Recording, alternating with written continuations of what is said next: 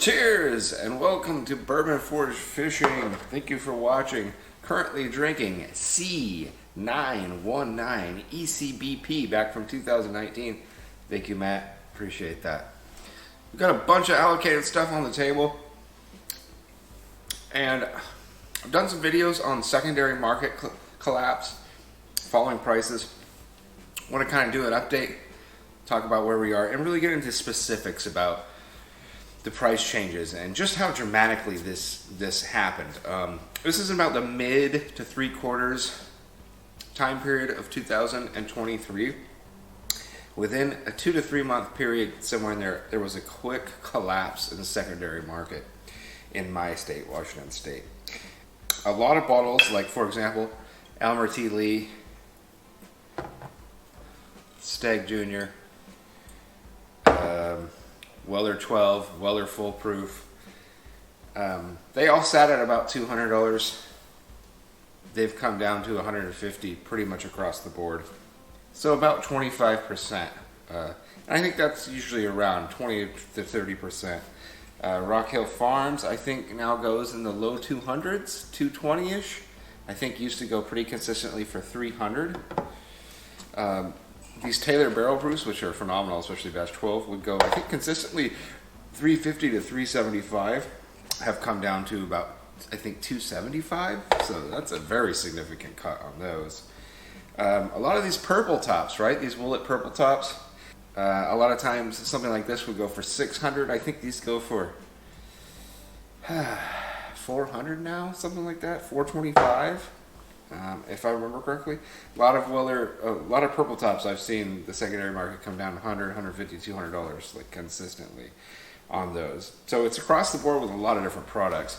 Pretend this is a Heaven Hill 17 or 18.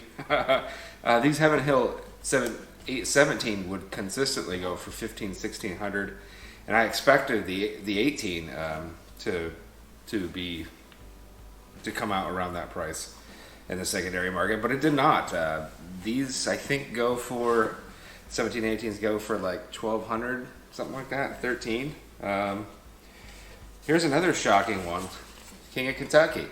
I think King of Kentucky used to go between 15, actually I think even above. I think these used to go around 2,000 in Washington State. These are very hard to get in Washington State, folks. And these are under 1,500 now. I think they're like 13, maybe something like that, which is just incredible. Blanton's barrel proofs. I think they used to push toward 400, and I don't even know if they're 300 anymore, right? So that's over 25%. Even BTAC, folks, even BTAC has taken a pretty good hit. So a new Thomas Handy release would usually go for 600. It's down to 500 now in secondary. Stag Seniors, George T. Stags, used to go for 800, pretty much no questions asked. And in 2023, they went for 700, right, upon their release instead of 8. Even WLWs, folks. WLWs used to go for 15, 16, I think even 1,700. This year's release, I think 13, right? So if you're doing the math on those, these are a huge percentage point. So, as I said, across the board, 20, 25, 30% cuts in secondary market bottles. Pretty much everything, with the exception of a few bottles. Coy Hills seem to be holding up quite strongly. I think they may have even gone up slightly, but they certainly at least stabilized or gone up a bit here in Washington State. Some of the Parker's Heritage releases, especially this double barrel, has maintained its price or gone up slightly. And of course, the goat of all goats, 22 George T. Stag, has actually gone up, right? People really, really want this 22 George T. Stag because it's one of the best damn bourbons ever made.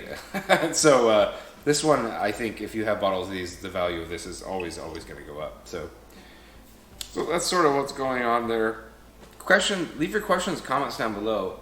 I'm in Washington State. What state are you guys in? Are you guys seeing bourbon secondary market prices come down? And compare and contrast some of these products. Are you seeing it come down even at the higher stuff, the Pappy Van Winkle level, the BTAC level, or is it just kind of this mid to upper tier stuff?